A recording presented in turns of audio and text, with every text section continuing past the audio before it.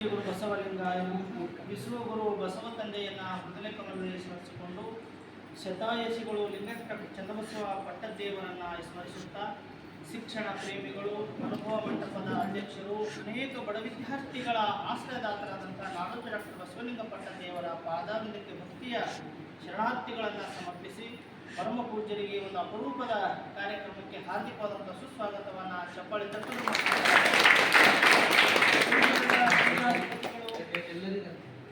ಕ್ರಿಯಾಶೀಲರು ನಮ್ಮೆಲ್ಲರ ಮಾರ್ಗದರ್ಶಕರಾದಂಥ ಪರಮ ಪೂಜ್ಯ ಗುರುಬಸವ ಪಟ್ಟದೇವರ ಪಾದಾರವಿಂದಕ್ಕೆ ಭಕ್ತಿಯ ಶರಣಾರ್ಥಿಗಳನ್ನು ಸಮರ್ಪಿಸಿ ಪರಮ ಪೂಜ್ಯ ಅನಿಲ್ ಮಹಾರಾಜ್ ಅವರ ಪಾದಾರವಿಂದಕ್ಕೆ ಭಕ್ತಿಯ ಶರಣಾರ್ಥಿಗಳನ್ನು ಸಮರ್ಪಿಸಿ ಅವರಿಗೂ ಕೂಡ ಹಾರ್ದಿಕವಾದಂಥ ಸುಸ್ವಾಗತವನ್ನು ಚಪ್ಪಾಳೆ ಇರ್ತಕ್ಕಂಥ ಎಲ್ಲ ಅತಿಥಿಗಣ್ಯರಿಗೂ ಹಾಗೂ ಎಲ್ಲ ಶರಣ ತಂದೆ ತಾಯಿಯವರಿಗೂ ಮುದ್ದು ವಿದ್ಯಾರ್ಥಿಗಳಿಗೂ ಎಲ್ಲರಿಗೂ ಕೂಡ ಶರಣಾರ್ಥಿಗಳನ್ನು ಸಮರ್ಪಿಸ್ತಾ ತಮ್ಮೆಲ್ಲರಿಗೂ ಹಾರ್ದಿಕವಾದಂಥ ಸುಸ್ವಾಗತವನ್ನು ಚಪ್ಪಾಳೆ ಪರಮ ಪೂಜ್ಯರ ದಿವ್ಯ ಸನ್ನಿಧಾನದಲ್ಲಿ ಒಂದು ಕರಪತ್ರವನ್ನು ಲೋಕಾರ್ಪಣೆ ಮಾಡುವುದಿದೆ. ಎಲ್ಲ ವಿದ್ಯಾರ್ಥಿಗಳೇ, ಶರಣ ತಂದೆ ತಾಯಿಗಳೇ, ಹಿರೇಮಠ ಸಂಸ್ಥಾನವು ಅನೇಕ ಜನಪರ ಜೀವಪರ ಕಾರ್ಯವನ್ನು ಸದಾ ಮಾಡುತ್ತಾ ಬರ್ತಾ ಇದೆ. 1936ರಲ್ಲಿ ಪರಮ ಪೂಜ್ಯ ಡಾಕ್ಟರ್ ಚನ್ನಬಸವ ಪಟ್ಟದೇವರು ಹಾನಗಲ್ಲ ಕುಮಾರೇಶ್ವರ ಪ್ರಸಾದ ನಿಲಯವನ್ನು ಸ್ಥಾಪನೆ ಮಾಡಿ ಸುಮಾರು ವಿದ್ಯಾರ್ಥಿಗಳು ಅದರಲ್ಲಿ ಅಭ್ಯಾಸ ಮಾಡಿ ಇವತ್ತು ಅನೇಕ ಕಡೆ ಒಳ್ಳೊಳ್ಳೆ ಹುದ್ದೆಯಲ್ಲಿದ್ದಾರೆ.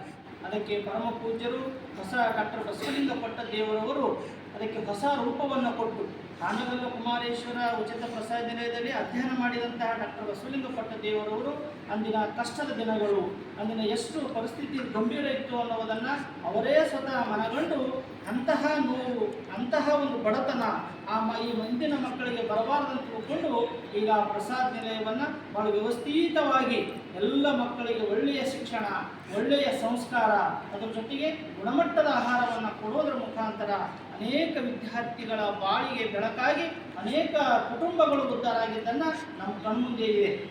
ಅದರ ದ್ಯೋತಕವಾಗಿಯೇ ಪರಮ ಪೂಜ್ಯರು ಒಂದು ಹೊಸ ಆಲೋಚನೆಯನ್ನು ಹುಟ್ಟುಹಾಕಿ ಹೀಗೆ ನಾವು ಒಳ್ಳೊಳ್ಳೆ ಈಗ 5ನೇ ತರಗತಿ, 6ನೇ ತರಗತಿ, 8ನೇ ತರಗತಿ, 9ನೇ ತರಗತಿ ಆ ಮಕ್ಕಳು ಕಡುಬಡತನದಿಂದ ಬಂದರೂ ಸಹ ಅವರಿಗೆ ಒಂದು ಒಳ್ಳೆಯ ಗುಣಮಟ್ಟದ ಶಿಕ್ಷಣವನ್ನು ಕೊಡಬೇಕು, ಒಳ್ಳೆಯ ಸಂಸ್ಕಾರವನ್ನು ಕೊಡಬೇಕು. ಆದರೆ ಆ 8ನೇ ತರಗತಿ ಬಂದಾಗ, 9ನೇ ತರಗತಿ ಬಂದಾಗ ಆ ಮಕ್ಕಳು ಕೂಡ ಒಂದು ಹಂತಕ್ಕೆ ಬಂದಿರ್ತಾರೆ.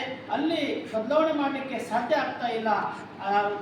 ಸ್ವಲ್ಪ ಅವರಿಗೆ ಬದಲಾವಣೆ ಮಾಡಿದರೂ ಕೂಡ ಅಮೂಲಾಗ್ರ ಬದಲಾವಣೆಯನ್ನು ಮಾಡಬೇಕಾದ್ರೆ ನಾವು ಆ ಬುನಾದಿಯಿಂದಲೇ ಮಾಡಲಿಕ್ಕೆ ಸಾಧ್ಯ ಅನ್ನುವಂಥ ವಿಚಾರವನ್ನು ಪರಮ ಪೂಜ್ಯರು ಅದನ್ನು ಮಾಡಬೇಕು ಅನ್ನುವ ದೃಷ್ಟಿಯಿಂದ ಈ ವರ್ಷದಿಂದ 1ನೇ ತರಗತಿಗೆ ನೇರವಾಗಿ ಯಾರು ಕಡುಬಡವರಿರ್ತಾರೆ, ಯಾರು ದೀನರಿರ್ತಾರೆ, ಯಾರು ದುಃಖಿತರಿರ್ತಾರೆ, ಯಾರು ದಮನಿತರಿರ್ತಾರೆ, ತುಳಿತಕ್ಕೊಳಪಟ್ಟವರಿರ್ತಾರೆ, ಯಾರಿಗೆ ಯಾರಿರಲ್ಲ ಅಂತಹ ಮಕ್ಕಳಿಗೆ 1ನೇ ತರಗತಿಯಿಂದ ಪ್ರವೇಶಾತಿಯನ್ನು ಪಡ್ಕೊಂಡು ಆ ಮಕ್ಕಳಿಗೆ ನೇರವಾಗಿ ಸಂದರ್ಶನವನ್ನು ಮಾಡಿ ಆ ಮಕ್ಕಳು ನಿಜವಾಗಿ ಅರ್ಹತೆ ಹೊಂದಿದ್ದಾರೆಯೋ ಅಥವಾ ಇಲ್ಲವೋ ಅನ್ನೋದನ್ನು ಮನಗಂಡು 25 ಮಕ್ಕಳಿಗೆ ಈ ವರ್ಷದಿಂದ ಉಚಿತವಾಗಿ ಪ್ರಸಾದ, ಒಳ್ಳೆಯ ಶಿಕ್ಷಣ, ಅವರಿಗೆ ಗುಣಮಟ್ಟದ ಸಂಸ್ಕಾರ ಎಲ್ಲವನ್ನ ಆ ಮಗುವಿಗೆ ಕಾನ್ವೆಂಟ್ ಶಾಲೆಯಲ್ಲಿ ಯಾವ ರೀತಿ ವ್ಯವಸ್ಥೆ ಇರ್ತಿದೆಯೋ ಆ ವ್ಯವಸ್ಥೆಯನ್ನು ಕೊಡೋದರ ಜೊತೆಗೇ ಅವನ ಬದುಕನ್ನು 10 ವರ್ಷಗಳ ಕಾಲ ಒಳ್ಳೆಯ ಶಿಕ್ಷಣ ಸಂಸ್ಕಾರ ಕೊಟ್ಟರೆ ಅವನ ಉಜ್ವಲ ಭವಿಷ್ಯ, ಅವನ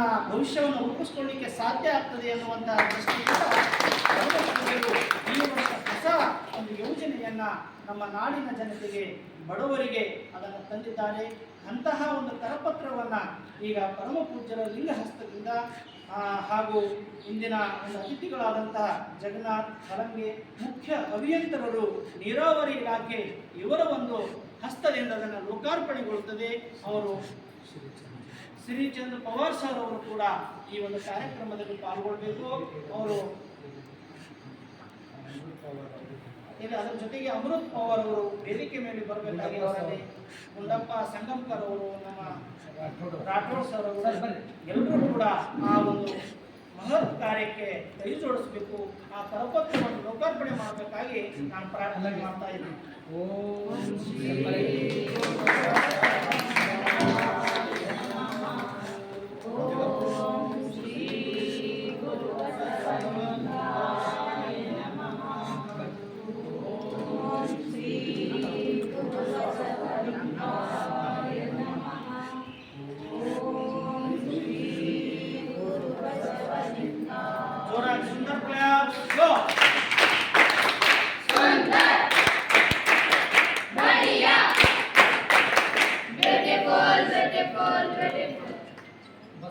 ಕ್ಯಾಪ್ಸ್ ಗೋ.